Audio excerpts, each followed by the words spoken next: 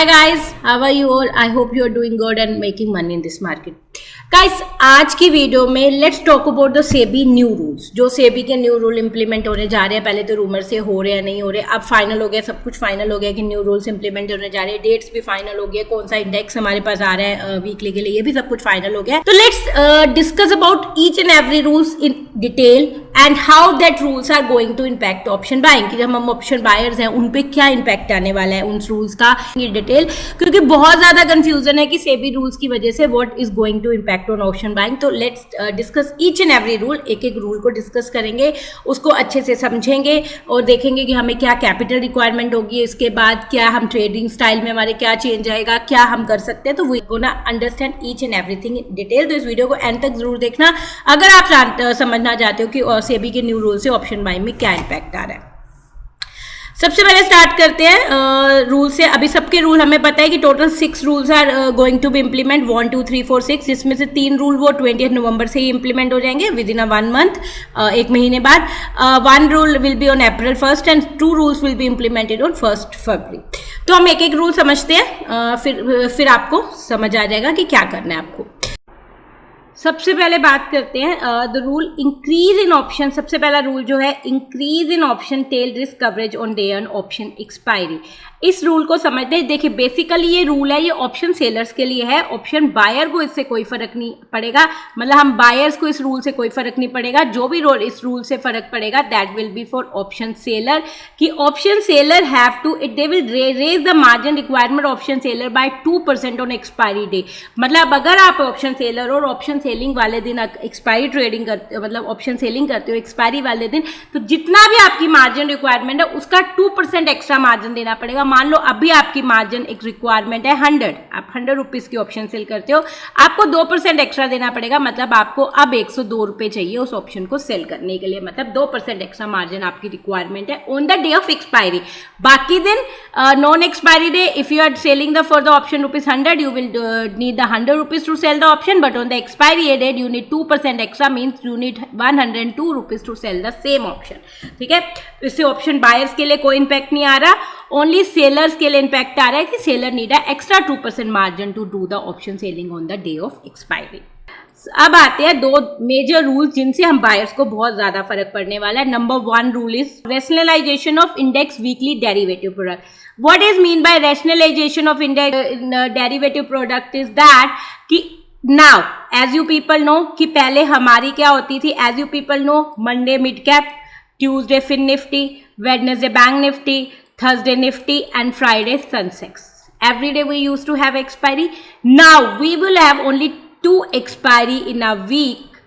One is Thursday for nifty and one is Friday for Sensex. अभी तक यही है कि Friday might be the BSE will change the date of day of Sensex expiry, but the main thing is that you will have only 2 expiry in a day in a week. One is Nifty and one is Sensex. जो बाकी सारी indices हैं that is Bank Nifty, Mid Cap and fin Nifty, उनकी weekly expiry ना होके उनका सिर्फ एक ही एक्सपायरी होगी, मंथली एक्सपायरी. तो अगर आप इंट्राडे ट्रेडिंग करते हैं या स्विंग ट्रेडिंग करते हैं तो बैंक निफ्टी, मिड कैप और फिन निफ्टी के लिए आपके पास सिर्फ मंथली एक्सपायरी ही बचेगी जो आप ट्रेड करेंगे. आपके पास बाकी कोई एक्सपायरी अब नहीं बचेगी. बट इससे हम ऑप्शन बायर को क्या इम्पैक्ट आएगा, जब हम वीकली एक्सपायरी ट्रेड करते थे तो हमें ऑप्शन सस्ती मिलती थी, but now we have to buy the costly one.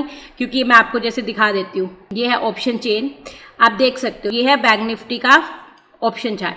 अगर मैं इसकी वीकली एक्सपायरी देखूँ, मान लो मुझे 16 अक्टूबर की एक्सपायरी करनी है और अगर मैं intraday trading in the money option buy करना चाहती हूँ तो मुझे 286, 340, 401 में जो इंट्राडे ट्रेडिंग के लिए इन द मनी ऑप्शन मिल जाएगी, क्योंकि मैं वीकली एक्सपायरी कर रही हूँ. बट अब हमारे पास एक ही ऑप्शन रह जाएगी, that will B monthly. Monthly सिर्फ 30 अक्टूबर वाली होगी आगे से, मतलब अभी तो है बट हमारे पास सिर्फ मंथली होगी. तो अगर आप मंथली एक्सपायरी करना चाहते हैं तो आप देख सकते हो जो इन द मनी ऑप्शन होगी वो 690, 750, 890. It's mean that you need a extra money to buy the bank Nifty option. क्योंकि the major impact is coming for the option buyer on that is that कि अगर आप बैंक निफ्टी, मिड कैप और फिर Nifty trade करोगे तो you need a extra money, you need a extra margin to take a trade. क्योंकि suppose आपको मैं कैलकुलेट करके दिखा देती हूँ, आपने मान लो पहले अब हम मंथली लेते थे तो हमें मान लो 400 की भी मिल गई, इन द मनी हमें 400 की भी मिल गई, तो हम 15 का लॉट लेते थे, हमें चाहिए होते थे 6,000 रुपये। अब वही हमें इन द मनी ऑप्शन 700 से 800 से कम नहीं मिलेगी, 700-800 से कम नहीं मिलेगी, क्योंकि वो मंथली होगी।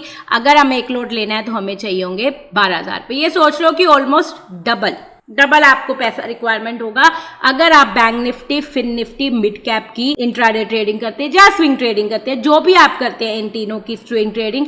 आपके पास अब एक ही ऑप्शन होगी, मंथली कॉन्ट्रैक्ट। मंथली कॉन्ट्रैक्ट का मतलब है you will get a expensive option और you will get need a extra money. तो अब आते हैं थर्ड रूल पे। थर्ड रूल है contract size of index derivative.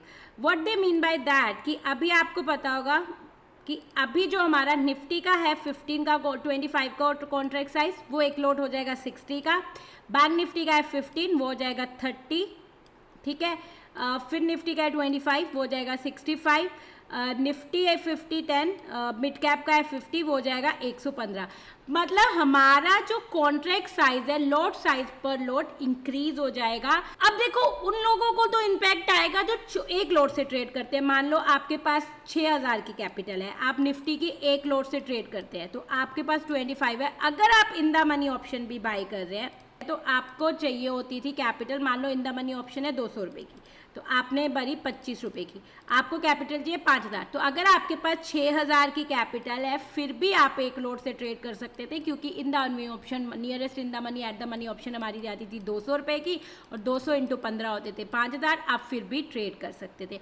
But अब ये कॉन्ट्रैक्ट साइज हो जाएगा लॉट साइज 60। तो अगर आपको एक लॉट में भी निफ्टी में ट्रेड करना है तो नाउ अगर आप इन द मनी ऑप्शन ट्रेड कर रहे हैं, तो मान लो आपकी 200 रुपये की ऑप्शन है और आपको 60, तो आपको जो मिनिमम कैपिटल चाहिए एक लॉट में ट्रेड करने के लिए वो चाहिए आपको 12,000 रुपये। 12,000 rupees you need to trade in one lot of in the money और निफ्टी ऑप्शन। अगर आप आउट ऑफ मनी कर रहे हैं तो आप फिर भी 10,000 से स्टार्ट कर सकते हैं, तो क्योंकि आउट ऑफ मनी थोड़ी सस्ती होती है। मान लो आपने आउट ऑफ मनी 100 रुपये की ऑप्शन ली तो वो 60 का कॉन्ट्रैक्ट है, वो 6,000 में आ जाएगी। But out of money option is not for option buyer.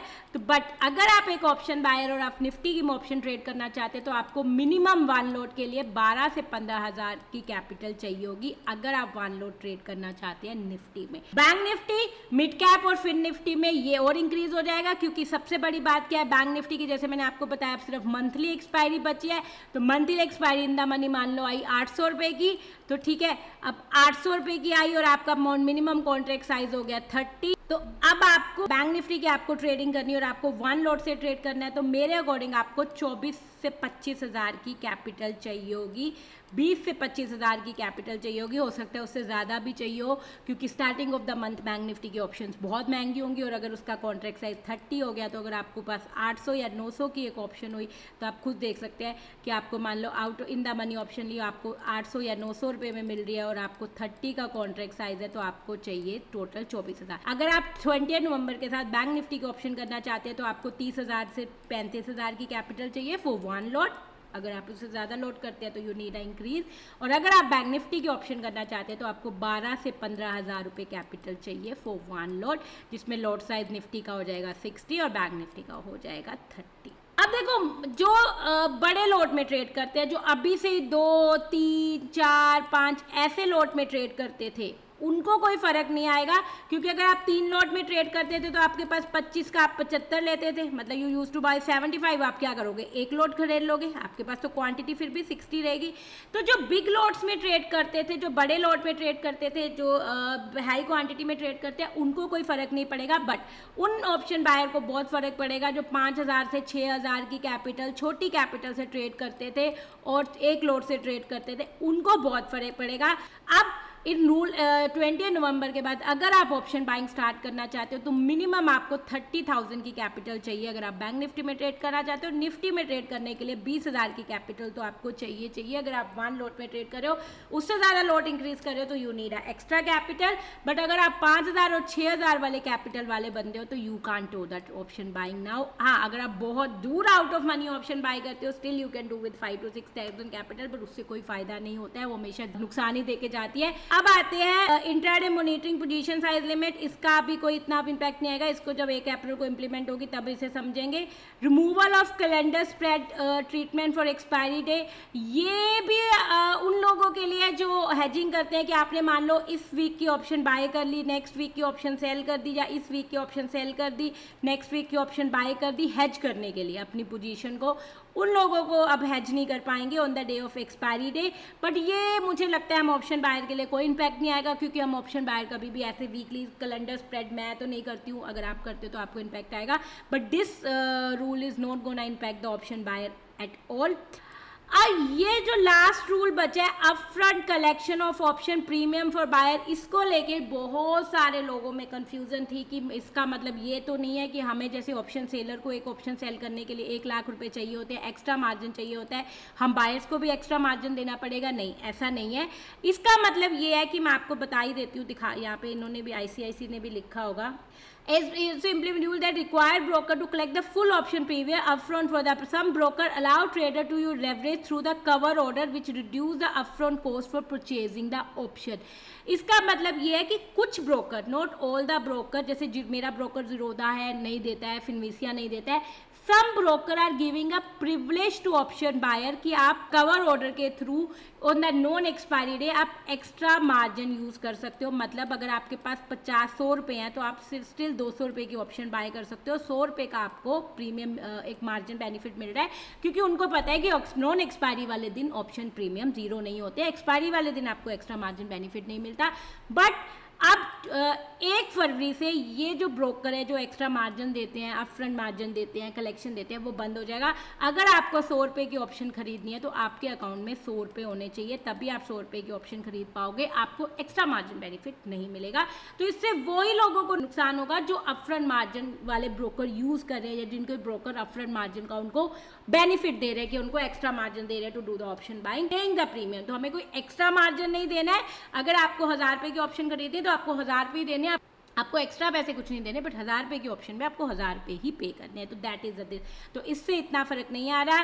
Removal of calendar spread से हमें नहीं फर्क पड़ रहा। Intraday monitoring position size limit अभी इसको छोड़ देते हैं, जब 1 अप्रैल को होगा then we will see. Contract size में हमें बहुत फर्क आ रहा है। Rationalisation of index derivative products में हमें बहुत फर्क आ रहा है। This are the 2 rules which are going to impact the option buyer, क्योंकि कॉन्ट्रैक्ट साइज मतलब वी नीड एक्स्ट्रा मनी। अब आपको एक एक्स्ट्रा मार्जिन चाहिए होगा, मतलब मिनिमम 20 से 25 हज़ार आपको चाहिए होंगे टू ट्रेड इन 1 लॉट। और रेशनलाइजेशन में यही होगा कि आपको अब सिर्फ निफ्टी और सेंसेक्स की वीकली एक्सपायरी मिलेगी, बाकी सबकी मंथली एक्सपायरी मिलेगी। अगर आप उसमें ट्रेड करना चाहते हो तो you have to go for the monthly expiry. तो आई होप आपको समझ आ गया होगा। देखो, इससे ऑप्शन बायर का खत्म नहीं हो रहा है, ऑप्शन बायर का अंत नहीं हो रहा है। इज इज दैट कि we have to change our thing, we have to get extra money to do the option buying, but option buying फिर भी रहेगी, लोग ट्रेड करेंगे। I am going to trade, I am going to continue the same way। I hope you are also going to continue with the same way। So I hope आपको सारे rule समझ आ गए होंगे, अच्छे से समझ आ गए होंगे। अगर आपको फिर भी कोई डाउट है तो you can ask me in the comment section, I will try to reply your option। Thank you so much guys for watching this video, bye bye।